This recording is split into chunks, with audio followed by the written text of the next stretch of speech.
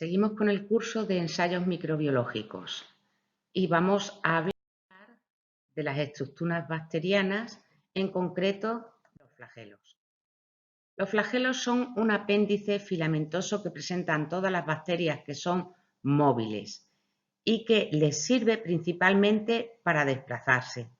Los flagelos son distintos que los que se encuentran en células eucariotas y son también distintos a otros apéndices filamentosos que podemos encontrar en bacterias que tienen una función distinta al desplazamiento, como pueden ser las fimbrias o los pelos sexuales. Según el número de flagelos que tenga una bacteria y su disposición, pues se nos presenta una clasificación. Si solo tienen un flagelo, la bacteria se llama monotrica y ese flagelo puede ser polar o subpolar, es decir, al final de la bacteria o ligeramente desplazado hacia un lado.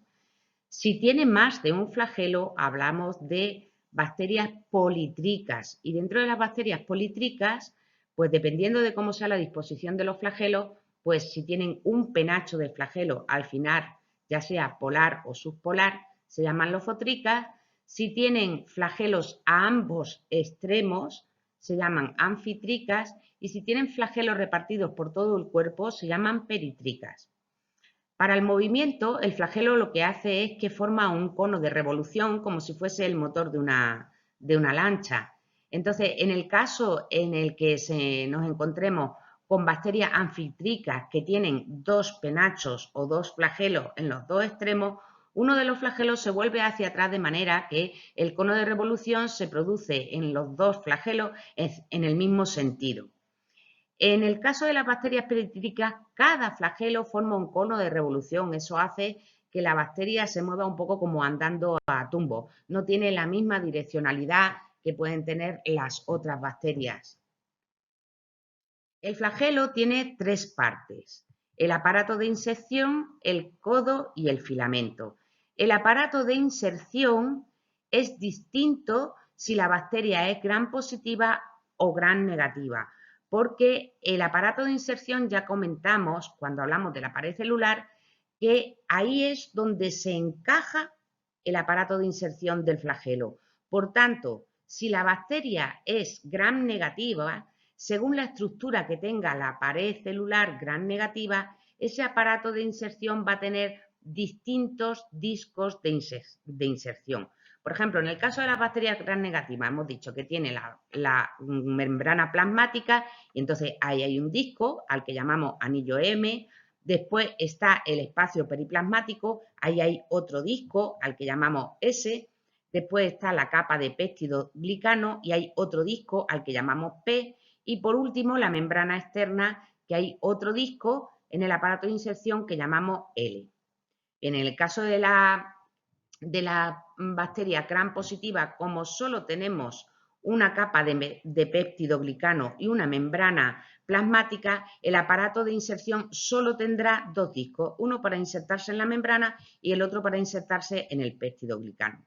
Cuando termina ese aparato de inserción, viene lo que se llama gancho o codo, que es lo que permite que el filamento, el flagelo, se vaya moviendo hacia un lado y hacia otro.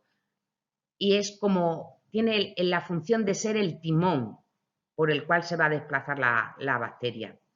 Y por último está el filamento, que es lo que realmente nosotros vamos a ver si hacemos una atención de flagelo, que está formado por fibrillas formadas por una proteína llamada flagelina, que va formando cadenitas y 3 a 6 cadenitas enrolladas helicoidalmente forman lo que es el filamento del flagelo.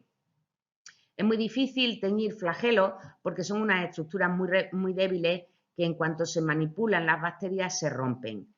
Y además hay que utilizar mordientes para que se adhiera bien el colorante, para que el flagelo se engrose un poco y podamos verlo. En fin, que es difícil teñir y visualizar un flagelo. La función principal del flagelo es el desplazamiento. Les permite a las bacterias pues, dedicarse a ir hacia la dirección en la que se encuentren condiciones favorables de crecimiento, es lo que se llaman lactasias. También muy importante, pues que es el antígeno flagelar, es decir, tiene capacidad antigénica, puede desencadenar la respuesta inmunológica y es el sitio donde se adhieren, se absorben los bacteriófagos, que son los virus que tienen las bacterias. Importante también que está controlado genéticamente, es decir, una especie que tenga flagelo, todas las bacterias de esa especie van a tener flagelo. Además, si por la manipulación o por agitación o por alguna causa externa la bacteria pierde el flagelo vuelve a regenerarse.